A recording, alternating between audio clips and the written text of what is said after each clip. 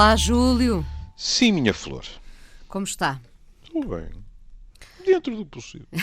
Sempre chorando-se um bocadinho, não é? Mas Sempre pouquinho. chorando Mas... um bocadinho e tal. Pronto. Júlio, Sim. hoje falamos de mitos ou factos que podem levar ao fim de um casamento ou de uma união. Que engraçado. Já vi o jogo de palavras? Disse factos ou uma união de facto. Sim, de facto. Estou num dia bom, Inês Maria. Muito bem, muito bem. Que belo calambu. Vamos tentar analisar os 8 apresentados num artigo que lemos, elaborado a partir da opinião de vários especialistas consultados, não é? Eles chamam-lhes 8 mitos. Não sei se serão mitos, não é, Júlio? Pois, mas se me dá licença, Diga. vou-lhe ler um poema que nunca utilizámos aqui. Então, leia, por favor. De uma mulher chamada Sílvia, eu penso que se diz Urridos, porque tem um G, portanto em castelhano deve ser Urridos, que nasceu ali para cima, não é assim tão longe como isso, em Oviedo, em 72, e que tem um poema muito bonito que se chama Canção de Inocência. Não acreditávamos nos velhos provérbios que vaticinam que a aventura é breve, e o amor, um enganoso fruto do coração incerto. Não acreditávamos nos velhos provérbios e fizemos bem. Quem poderá negar que durante um tempo fomos felizes, semelhantes a deuses, que nunca então o medo nos tocou, nem era possível incerteza nos nossos sonhos. Não acreditávamos nos velhos provérbios. Mas isto era ainda no tempo, é muito engraçado que este verso, Trezando é Eugênio de Andrade, mas isto era ainda no tempo. O Eugênio tem verso assim, mas isso era o tempo. Mas isto era ainda no tempo em que desconhecíamos as sombras e os ardis, os tribunais funestos que o amor ampara e os tributos amargos que depois exige o desamor. Muito belo. Tribunais funestos que o amor ampara, desculpe o termo do Porto, é um verso do caraças. E os tributos amargos que depois exige o desamor também é muito, muito belo, porque há tributos a pagar e são sistematicamente amargos. Dito isto, vamos então... Dito isto, quase que vale a pena perguntar, será que compensa? Oh, querida, é assim, lembra-se do programa que fizemos sobre a alexitimia? Sim. Pronto, que alguns dos nossos ouvintes disseram, que me encontraram na rua, e disseram, o doutor realmente empregou lá com a Inês um palavrão, se é para ver, mas aquele é dos que se podem dizer. Não se dizem no bolhão, esse não se diz no bolhão. Exatamente, e lembra-se que havia um homem que explicava que tinha casado mediante uma avaliação meramente racional da questão. Ele educou aquilo que sentia, no fundo. Exatamente. Construiu aquilo. Exatamente. Ora bem, quando diz vale a pena, o problema é que, por vezes, não estou a dizer que seja sempre, até se calhar é justo dizer que em geral não acontece, mas por vezes nós metemos em relações, porque não podemos espartilhar o programa à instituição casamento. Nós metemos em relações que desde o início nós sabemos que nos vão dar relações. Mas depois há uma parte de nós que pensa assim, e posso-me dar ao luxo de não experimentar? Posso-me dar ao luxo de não viver isto? E acima de tudo, poderíamos até equacionar isto, que é assim, e posso-me dar ao luxo de me arriscar a não descobrir que estava enganado? Suponha que dá certo. Claro. Ficar no isso é que nunca, não é? Pois é um póquer muito complicado. É aquele tipo de situação, o que também não é justo, como é verdade, como é evidente, não há nenhuma garantia, certo? Mas garanto-lhe que é o tipo de situação que 10 dias ou 10 anos depois lhe vem aguilhoar o espírito. E se? Não, o isso é que nunca. É das piores coisas. Aguente-se o desamor. O isso...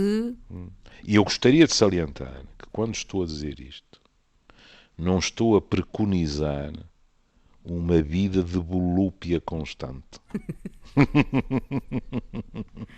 E de saltitar de alcova em alcova. Atenção que nós na próxima semana havemos de falar lá mais para o fim da semana das vantagens de estar solteiro. Exatamente. Estou a dizer que muitas vezes no início de relações, mas são mesmo relações com projeto de futuro, mesmo que esse futuro acabe na semana seguinte, mas a nossa intenção não é essa.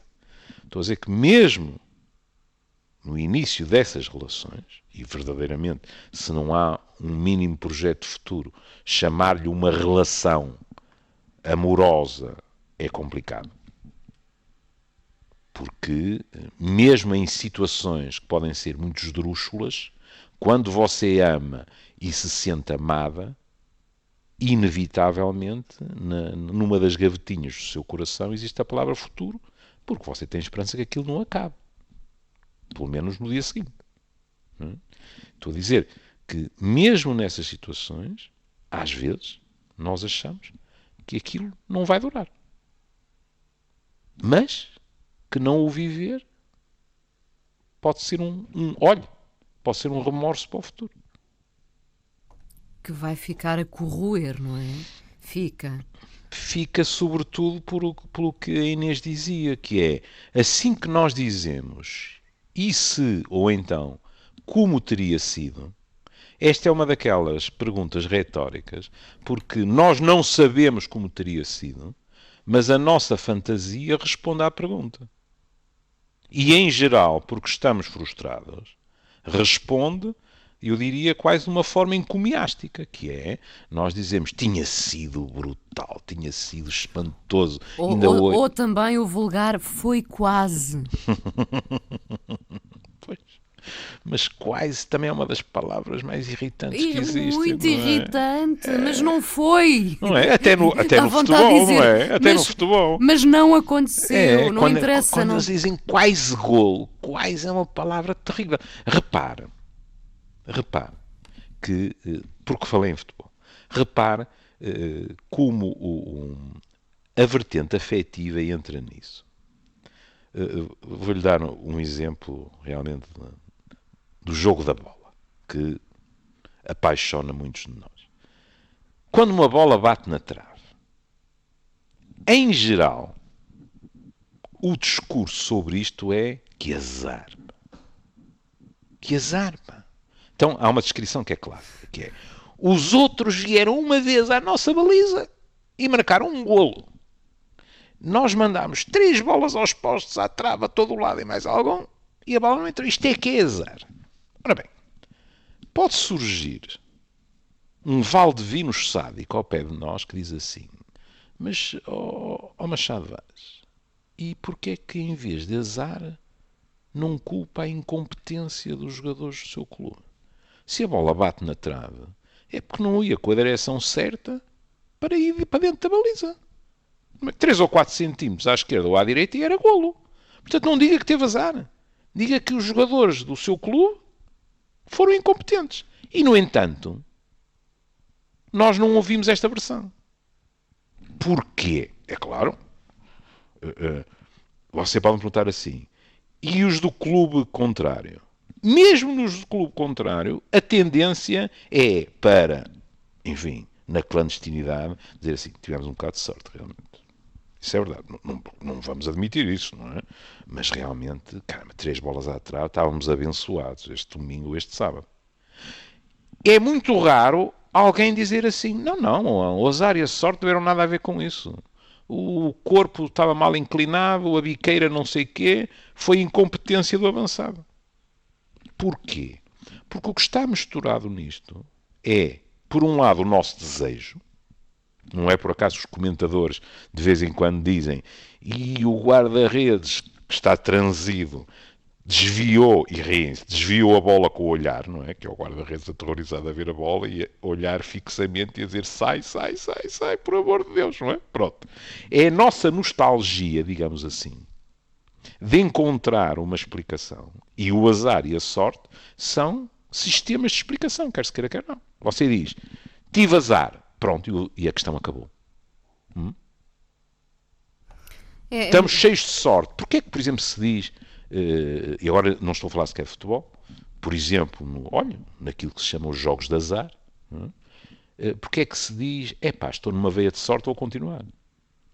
É aquela noção de estou abençoado pelo destino, pela sorte, ou por Deus, ou pelo diabo, é um desperdício sair da mesa de jogo, não é? Seja o blackjack, sejam as máquinas, seja o que for. Ora bem, na realidade, isto é um exemplo clássico como o nosso desejo, o nosso afeto, se imiscui na realidade. Júlio, e assim a modificamos. Um dia proponho-lhe desde já, lanço-lhe desde já o desafio de dia avaliarmos várias expressões, palavras que cabem nesta gaveta do discurso amoroso, como algumas são tão cobardolas, por exemplo, o quase, não é? Nós socorremos-nos ou às vezes confortamos-nos com o quase, não é? E de fora alguém diz, olha, mas não aconteceu, não vale a pena estar... Né? Há uma série de palavras e de expressões que nós usamos e há quem não saia delas, não é? É verdade. Nós homens temos, por exemplo, uma expressão que em 40 anos estamos sempre a dizer mudou tudo e tal. Há coisas que realmente não mudam. A tradição ainda é o que era, como diz o anúncio. Nós homens somos muito acusados de usar e continuar a abusar da expressão tu mereces melhor do que eu. Ai, que péssimo. Não é? É. O que é uma expressão que tem o condão de irritar solenemente as mulheres ou outros homens, se for uma relação homossexual. Porque é terrível, porque nós vamos abandonar o outro e ainda estamos a dizer-lhe estou-te a fazer um favor. Não é? Tu és melhor que eu, vais ser muito feliz sem mim, etc, etc. E realmente não é por acaso que o outro, se tem desinibição, ou outra, se tem desinibição suficiente para isso, nos cubra de invectivas. Porque então é mais honesto dizer, vou-me embora. Agora, ainda ficar como o bom da fita, só falta dizer, faço o sacrifício de te deixar em prol da tua felicidade, haja Deus. Mas enfim, senão... Senão perdemos, quer dizer, não nos perdemos, ganhamos sempre, mas vamos aos mitos? Escolha o mito que quiser para começar. Eu gosto do primeiro, então, porque pronto. Sempre o adotei, por acaso. Ah, é? Nunca fui dormir zangada com o parceiro, com o sócio. É? Olha, tem toda a minha inveja. Mas também tem, toda não digo, seria cínico da minha parte, mas também tem, como é evidente, em parte a minha culpa, não é? Porque se calhar não tentei o suficiente, mas não posso gabar-me do mesmo. Talvez os homens tentem menos. Não vou dizer isso por género sequer. Pois, eu sei que estou a falar de mim, não é? E pronto, e como muitas outras pessoas que nos estão a ouvir concordarão, as noites passadas assim não são em geral agradáveis. São de uma angústia terrível, não é? Sobretudo, eu quero dormir bem, há egoísmo, claro. Há egoísmo da minha parte, percebe? Eu quero resolver o assunto para dormir bem. Pois, mas sobretudo quando o outro tem a capacidade de, apesar de estar zangado, dormir como um justo ou como uma justa. Isso ainda é mais irritante. Isso então é de perder a cabeça. Isso sim. Dá logo vontade de tossir, espreguiçar, acender luz, etc. Não é? Não é? Se eu não me durmo, mais ninguém dorme nesta cama, não é? Pronto. Bom, agora, é evidente. Aqui tem a ver com cedências, não é? Tem a ver com cedências. Há aqui até uma coisa curiosa que me trouxe uma associação livre, nada original, que é os especialistas, neste caso é uma Amanda Deveris, não é? Deve ser assim que se diz, que é terapeuta familiar. Ela diz, sobretudo, se o outro está esgotado física e emocionalmente, se calhar é melhor falar das coisas na manhã seguinte, porque há maior probabilidade de se chegar a um entendimento. E isto trouxe-me uma associação imediata, porque há uma canção do Paulo Gonzo que é Deixa-me Dormir. Ah, é? Não se lembra? Não sei se o título é assim, mas em que ele diz deixa-me dormir, agora deixa-me dormir, amanhã falamos e tal. E disse, olha, pronto, cá está. A terapeuta familiar ouviu a canção do Paulo Gonzo, não é? E achou que era assim que as coisas se deviam passar. Agora, também há aqui, como dizem os americanos, um catch, que é, eu compreendo, e compreendo de tal maneira que a felicitei e lhe exprimi a minha inveja. Mas, por vezes é complicado, porque com as vidas que nós fazemos, frenéticas, com a criançada, etc., não é assim tão raro que as pessoas nos digam nós só podemos falar da questão à noite, ao ir para a cama. E de uma forma consciente ou inconsciente, as pessoas ficam um bocado entre a espada e a parede. Que é, se vamos discutir isto como deve ser, provavelmente temos uma noitada pela frente. Uma ou as duas estão muito cansadas. E, portanto, pode haver quem, pura e simplesmente, se recuse a discutir. Adivinhe lá que se há ou não há efeito de género aqui. Pois claro que há, não é? Em geral são os homens que se viram para o outro lado. Há mulheres, como é evidente, mas é mais frequente serem os homens a dizer não estou em condições de falar agora disso, falamos disso depois. Às vezes o falamos disso depois é com a secreta ou muito pouco secreta esperança de não falar. Mas isso acontece. E, portanto, eu estou de acordo, mas penso, como é que se diz agora? Tendo-a parabenizado, não é? Agora disse assim. Que palavra difícil. Parabenizar alguém, não é? Pronto, mas são os nossos irmãos. Mas penso que às vezes é easier said than done. É mais fácil dizê-lo do que fazê-lo. E não é por isso, por acaso, também, que há pessoas que vão dormir zangadas e não para a mesma cama. Também é um clássico, É não um é? clássico. O sofá da sala. O sofá. Que, aliás, pode não se limitar àquela noite. Isto pode depois tornar-se crónico. Oh, Júlio, mas agora viver em T0, como é que as pessoas vão... Quer dizer, há pessoas que não têm hipótese de ir dormir para o sofá. Mais vale fazer as pazes, não é? Pois, e agora cada vez há menos banheiras nos quartos de banho também. Também. E dormir no chuveiro, com toda a franqueza, parece-me assim no Poliban, nem pensar. Nem pensar. Noite mal dormida. Sobretudo para os mais velhos. Essa coluna fica feita num leito. Venha de lá essas pazes, essa bandeirinha branca, não é? Pronto, e agora sinto-me na obrigação também de dizer uma coisa, que é, há gente que finge que faz as pazes para dormir. Percebe? Mas depois de manhã, quando acorda, o rancor está lá todo, não é? Está lá todo, o fel, o vinagre está lá, mas na noite anterior pensou-se assim, diabo, isto não é para correr os 100 metros, é para a maratona. Então pronto, assina-se um armistício, não é? E tenta-se dormir. Em termos simbólicos, sabe? Isto são coisas reais, e eu até já lhe falei da própria ansiedade, da insónia, etc. Sendo eu uma pessoa que dorme muito mal, é evidente que numa situação de conflito há todos os ingredientes para a insónia ser ainda pior. É claro que um tipo pode apanhar uma moca com medicamentos ou qualquer coisa desse género. Não é a solução, penso eu, que todos desejamos, não é? Mas, e vai juntar-se aos meus filhos na acusação de lamechice, mas até a nível simbólico é uma coisa que me entristece muito, percebe? Porque dormir com alguém é uma experiência de grande intimidade. Como é evidente, estamos a falar de relação amorosa. Não é? Eu lembro-me de uma boa amiga minha que se divertia a contar a história com o seu primeiro namorado, que tinha, claro, ela também muito jovem, não é? Devia ter pensado um bocadinho melhor que tinha também um jovem macho pela frente, não é?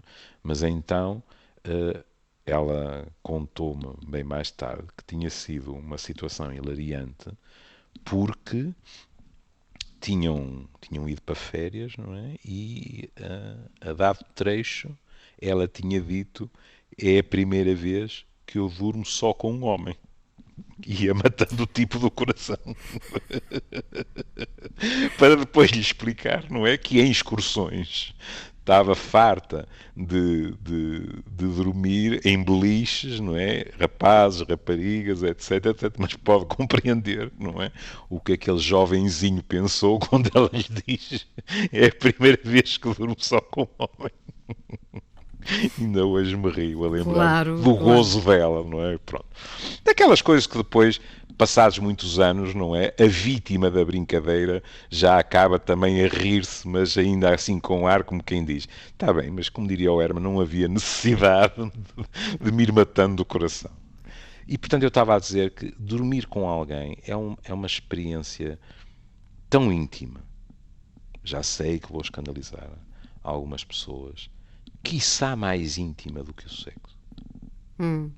Há pessoas, Sim, concordo. há pessoas que lhe dirão que são muito mais esquisitas a escolher uma pessoa com quem dormem depois do sexo do que a escolher uma pessoa com quem têm sexo. Porque depois de dormir, para elas, em termos simbólicos, é assumir uma intimidade que o sexo não dá. Não é? E, portanto, dormir com alguém, acordar com alguém, é algo de tão próximo, de tão íntimo, de tão sem defesas, digamos, que é muito triste imaginar que esse sono seja um sono rancoroso, é verdade. Mas pronto, quer dizer, espero que como do costume, os meus filhos não ouçam o programa, porque senão lá vem a velha, és um lamechas e tal. Tem razão, claro. Claro que tem. Número dois. Claro que tem, porque eles não ouvem, não é? Porque eu nego sempre. Não é? Número 2. O casamento muda as pessoas. Pois é. Pois é, olha. A este podemos ligar vários, não é? A violência de namoro, por exemplo. O mero malfeitio e tal. E a nossa nostalgia. Há poucas semanas falámos de outra nostalgia, que é a passagem de ano, não é? Ano novo, vida nova, etc. Aqui é muita nostalgia que o mudar de estatuto, miraculosamente, muda outra pessoa. E isto, Inesinha, pode acontecer depois de N anos de namoro. E, portanto, não tem verdadeiramente lógica. Mas nós agarramos-nos a tudo, que é, pronto, vamos para a nossa casa.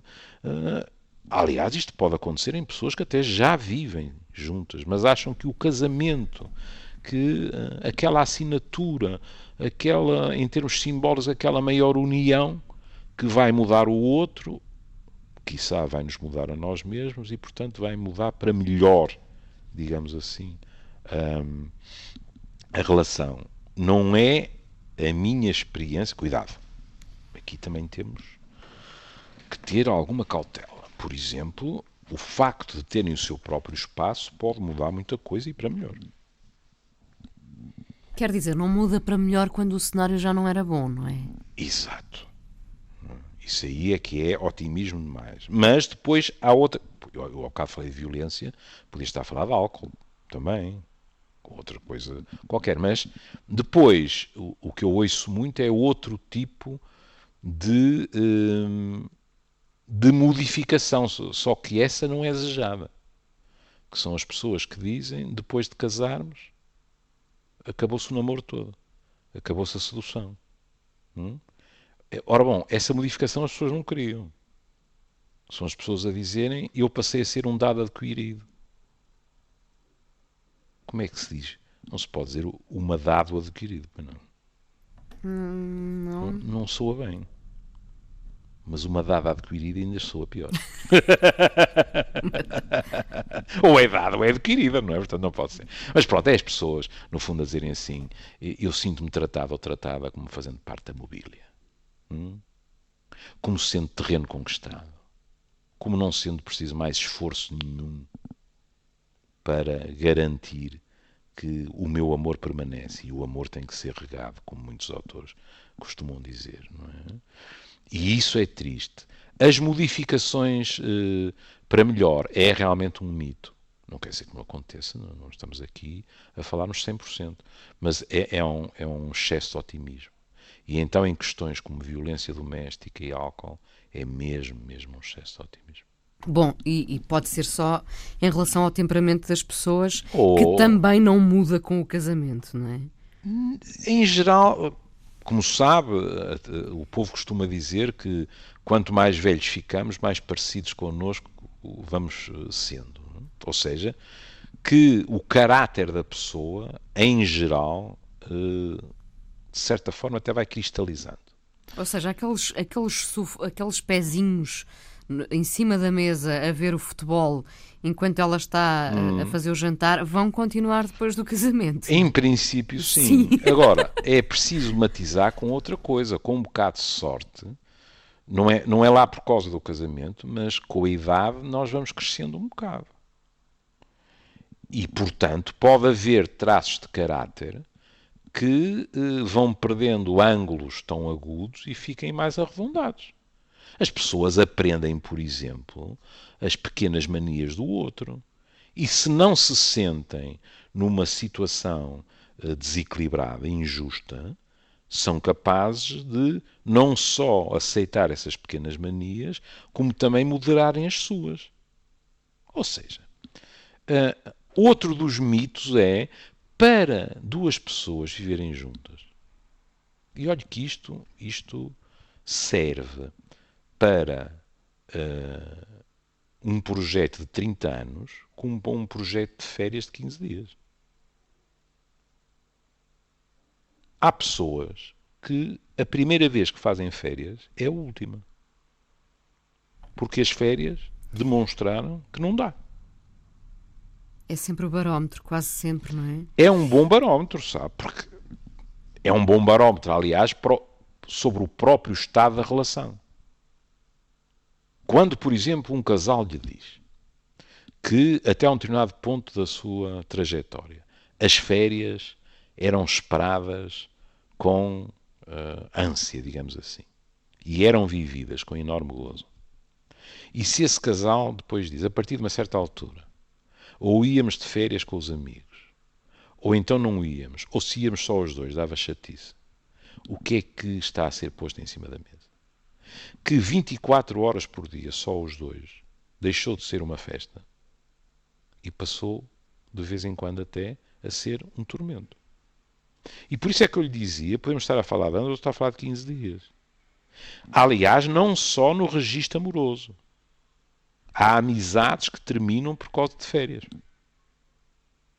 Também, por exemplo, não é? Por exemplo, quando se juntam aquelas pessoas para quem é uma falta de respeito não estarmos sempre em manada, aqui a palavra manada não tem conotação pejorativa, sempre juntos, todos, não é? Suponhamos que são 4 casais e há pessoas que acham sermos amigos e estarmos de férias temos que ir os 8 para os mesmos sítios todos os dias.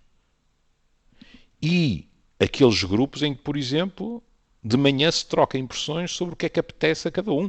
E este cada um até pode incluir os membros de cada casal. E quem consegue funcionar assim, em geral, tem muito mais probabilidades de ter umas ótimas férias, porque depois, de vez em quando, as coisas coincidem, outras vezes não. E então articula-se e ninguém tem a sensação que, por educação, por não querer magoar alguém, por isto, por aquilo ou por aquilo outro, que cedeu. Aliás, isto até se pode dar a nível dos destinos de férias. Na escolha. Na escolha. Na prévia escolha. Há pessoas que se vêm queixar, eu sistematicamente tenho de abdicar do que gostaria de fazer, porque ele ou ela quer fazer sempre isto ou sempre aquilo. Quando eu digo sempre, pode ser ir sempre para o mesmo sítio ou ir sempre para o mesmo tipo de sítio. Agora, já que estamos a falar de férias, para as pessoas realmente não pensarem que estamos necessariamente a falar da relação à chegada às bodas de prata. As coisas podem surgir muito mais cedo do que isso. Sei lá, quando me chega um casalinho e eu pergunto como é que as coisas são no cotidiano e depois pergunto como é que costumam passar as férias. E, sei lá, estou-me a lembrar de uma descrição há muitos anos, em que o casalinho, por coincidência, ambos gostavam porque lá está, quer dizer, há férias e férias. Ambos gostavam de fazer férias em automóvel, porque isso lhes permitia, aquela frase clássica, parar quando queremos e como queremos. Evidentemente, as férias em automóvel têm uma desvantagem. É que você perde tempo. Não é? Você de avião põe-se num rufo a uns milhares de quilómetros, não é? No automóvel, se você quer ir para o mesmo destino, há dias que são passados na estrada, por mais interessante que possa ser a estrada. Não é? Mas quando, por exemplo, alguém lhe diz que faz as suas férias nesse sistema de dormimos onde calha, não fazemos reservas, vamos de carro e tal, e tal, e tal, e tal. E alguém lhe acrescenta o pormenor de, e pronto, e eu nem sequer gosto muito de guiar, mas se ele ou ela já está a muitos quilómetros, eu substituo. Quando alguém lhe diz que quando prepara as férias, leva os discos que acha que o outro gosta, etc. Tudo isto são bons sinais. Percebe? Aquele tipo Cuidado, estamos a falar de cuidado. Exatamente. Aquele tipo de casal em que quem vai ao lado, por exemplo, em vez de ir a dormir, vai a conversar consigo e é capaz de lhe pôr uma mão na perna e fazer-lhe uma festa, etc. Não é? Tudo isso são pequenos sinais da qualidade da relação. E as pessoas são muito sensíveis à perda disso, sabe? A Inês pode imaginar, tendo a profissão que tenho, às vezes eu ouço queixas que admito perfeitamente que se alguém estivesse ali a ouvir, diria, ai, credo, que picuinhas pôr isto em cima da mesa. Mas o que acontece é que a pessoa já teve aquilo, deixou de ter e tem pena. E além de ter pena, tem medo. Deixar de ter é terrível. Pois não é. Além de ter pena, porque gostava, tem medo que aquilo demonstre que qualquer coisa está a enferrujar, percebe? E, portanto, a reivindicação surge. Ora bem, o amor tem o poder de curar todas as feridas, não é? É o número 3. Pois não tem. Não, isso não tem mesmo. Não é? Aliás, já que estamos a falar da tropa dos PSIs, qualquer um de nós lhe dirá que há pessoas que se separam ainda se amando. Isso é uma coisa que já me é mais difícil de perceber, confesso. Porque às vezes é complicado, sabe? Às vezes é complicado. Mas que ainda existe amor entre aquelas pessoas, você agora pode meter uma nuance e dizer, mas não o suficiente. Que ainda existe amor, sim. Pronto, mas mesmo metendo-o ainda, faz pena. Porque se ainda existe amor... Agora, se calhar é melhor levar isto para um outro nível, que é a velha história de... Lembra-se o West Side Story? Se bem me lembro, o West Side Story em português era traduzido como Amor Sem Barreiras. É a velha ideia de que o amor vence tudo. E isso, infelizmente, não é verdade. Ou já foi mais possível o amor vencer todas as barreiras. Hoje em dia não creio que seja possível. E isto não é uma visão desencantada do amor, é que outras coisas se puseram à frente do amor. Bom, não acha? Eu acho que nós não vivemos uma época particularmente agradável para o amor e para os afetos em geral. Nós vivemos numa sociedade muito desconfiada, muito paranoide. Portanto, com traços paranoides. Cuidado. Traços paranoides temos todos. Não estou a falar de nenhum diagnóstico. Pronto. Aliás, já falámos aqui pelo menos 2 vezes, eu não gosto, por exemplo, da facilidade com que os nossos políticos se apoderam de palavras psiquiátricas nas suas discussões políticas. Por exemplo, é o paranoide? Por exemplo, esquizofrenia. Esquizofrenia, sim, é verdade. Colegas meus já se revoltaram contra isso nos jornais, dizendo que é uma falta de respeito para com os doentes. O que acontece é que depois o léxico torna-se completamente vulgarizado, banalizado, não é? E atira-se acusações dessas às pessoas no fundo, sem sabermos aquilo que estamos a dizer.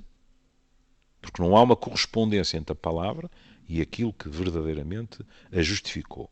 Mas, cuidado, porque, por exemplo, a questão do passado. A Inês pode encontrar alguém, e aqui estamos mais uma vez com a questão de mas se amar o suficiente. Está bem. Pode encontrar alguém que está sinceramente apaixonado por si, mas que tem marcas que fazem com que tenham um medo, pânico de se entregar. E pode decidir não se entregar, e aqui temos todo o direito de dizer, então se calhar não era o suficiente, porque se fosse o suficiente tinha arriscado. Mas pode haver coisas mais complicadas, que é, de uma forma inconsciente, essa pessoa vai colocar no caminho da Inês e dele mesmo cascas de banana para comprovar os seus receios. E então, uma frase completamente anódina é interpretada como o quê? Como o caminho mais curto para a repetição de coisas que aconteceram lá para trás. Estamos a falar em alguém que se vai boicotar, não é? Nem mais. A ele, à relação, ao amor. Exatamente. Por outro lado, a velha história de o amor sem barreiras, eu gostaria de salientar, por exemplo, que, muito mais antigamente, as questões que tinham a ver até com condições culturais, socioeconómicas, etc., só eram sistematicamente ultrapassadas nas telenovelas, porque na vida real não era bem assim. Hoje em dia, como é evidente, tudo isso se atenuou muito. Mas não reconhecer que continua a haver efeitos... Olha, de vez em quando aparecem pessoas que dizem assim: eu não tenho orgulho nenhum no que lhe vou dizer, mas se vim aqui falar consigo, não é para mentir. Que dizem assim: olha, eu sinto maravilhosamente com determinada pessoa e ela comigo, não tenho nenhuma razão para duvidar, mas eu não me sinto à vontade para estar com ela no meio dos meus amigos, atendendo, por exemplo, ao nível cultural. Porque a pessoa não vai estar no mesmo registro que é habitual. E agora, qual é a resposta mais fácil? É ao homem ou mulher. Mas se gosta a sério, tem que o fazer, ponto final. Se não é porque não gosta a sério. Em teoria é assim. Na prática, isto pode ser um caminho longo e doloroso. Para os dois. Porque o outro lado também sente que, por qualquer razão, que não demora muito a descobrir, que corre tudo muito bem entre os dois, mas a socialização é complicada. Agora, vamos ver. Não teremos nós a obrigação de, numa situação dessas, olha, eu vou empregar esta palavra, de sermos egoístas e pensarmos assim: mas quem verdadeiramente é meu amigo e me vê feliz, aceita. Mas esta pessoa com quem eu me sinto bem também vai, provavelmente, acabar por se adaptar aos meus círculos, como eu provavelmente vou adaptar aos círculos dela. Ou seja, é perigoso nós deixarmos demasiado poder, aquilo que a minha profissão se chama locus externo de controle, deixarmos demasiado poder, literalmente nas nossas escolhas amorosas, à nossa família, aos nossos amigos, etc. Não estou a dizer até que eles, às vezes nem sequer são consultados, é pela sua mera existência, não é? Mas é assim, com quem nós queremos estar no registro amoroso é com aquela pessoa, não é com os nossos amigos, nem com os nossos familiares. E se estamos mesmo, e se depois há pessoas que não aceitam, para lhe falar com toda a franqueza, isso também não é propriamente um certificado de grande amizade. Ou seja, é complicado, em termos de convenções sociais, etc., dizer que isso nada conta, porque o mito é esse, não é? Que o amor passa como um caterpillar sobre tudo isso, não é verdade. Há pessoas que precisam de tempo para ultrapassar determinadas inibições, etc. Aliás, se quiser, pronto, isto até Mas é agora parece que precisam de mais tempo, não é? Eu estava aqui a pensar, o que acontece é que numa outra era em que havia menos de tudo, os sentimentos estavam mais a nu, mais expostos, mais crus, mais verdadeiros, se calhar mais simples de perceber. Mas também muito mais espartilhados por convenções. Também, é verdade, é verdade. Mas agora, nesta era do tudo e do todo, os próprios sentimentos estão mais difusos, estão perdidos, coitados, não é? Difusos em que sentido, querida? Porque quando falamos, perguntava-se, de que é que falamos quando falamos de amor? Quando falamos de amor, as pessoas já encolhem os ombros, já não sabem bem o que é, o que é que querem, o que é que... Antigamente parecia muito mais um caminho de sentido único. Bom, nós vivemos numa sociedade curiosamente de excessos. Por exemplo, em relação à palavra amor, há quem a gaste. Não é? Quer dizer, passo o exagero, espero que seja ainda um exagero, há quem não consiga resistir a dizer amo aquela maçaneta de porta. É lindíssimo, não é? Não, a maçaneta... Ama-se tudo, não é? Ama-se o doce, aquele filme, aquela jarra. Amei, não é? Às vezes até é no passado, não é? Amei. E pronto, e foi... Para mim a palavra amor, e inclusivamente já falámos disso, o dizer amo-te é algo que tem um peso. Pronto. Mas por outro lado, há, sob certos aspectos, um pudor grande em relação a isso. Precisamente pelo tal peso da palavra. E eventualmente, a limitação de liberdade que implica. E, portanto, nesse aspecto, vogamos todos um bocadinho. E eu, na minha profissão, ouço pessoas que... É muito curioso, porque de vez em quando a pessoa fez uma descrição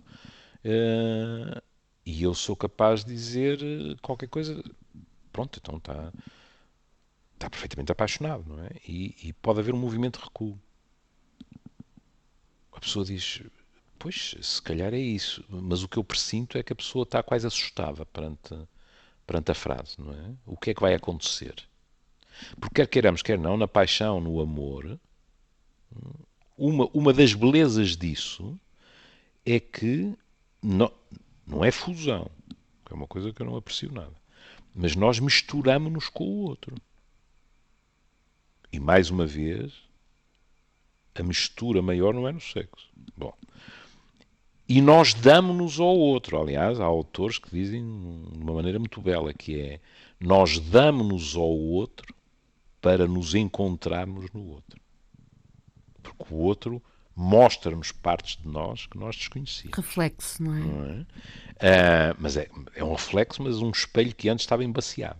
E com o outro está limpo. Ora bom, isto, quer se queira, quer não, implica fragilidade, implica baixar defesas, etc. E isto é sentido como ameaçador. Por alguns de nós. E, portanto, pode ser complicado. Sem dúvida nenhuma. Não é? Estamos mesmo a terminar. Credo, nem a meio chegamos. A questão dos géneros, isso é como vinha vindimada, não é? Porque eles dizem com razão que essa coisa da mulher estar em casa a lavar a roupa e a fazer comida, ou seja, a estereotipia dos papéis de género, que não assegura nada.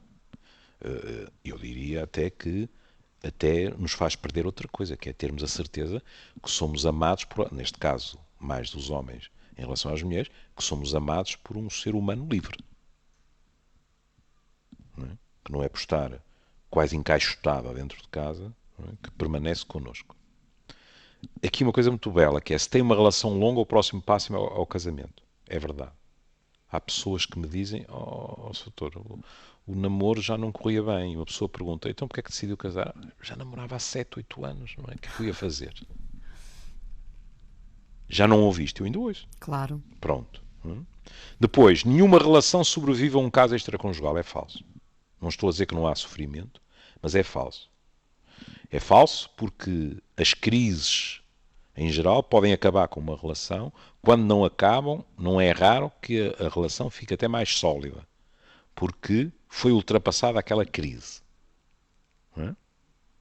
E como é falsa a noção de, é o que está escrito mesmo, quem trai uma, trai duas, só custa a primeira. Não é verdade que seja sempre assim. Há situações que não se repetem. O nosso parceiro sabe aquilo que queremos, agora vamos até ao fim. Às vezes sabe, outras vezes precisa ser informado, porque não é adivinho. Nós não podemos queixar-nos de ele conhece-me muito bem, portanto devia ter feito isto ou não ter feito aquilo. Não é assim que as coisas funcionam. Muito menos quando reivindicamos que temos uma relação de intimidade com aquela pessoa. Não é? Depois, o casamento torna a relação à prova de bala. Nem à prova de bola, não é? Não é verdade, e é muito engraçado, não é?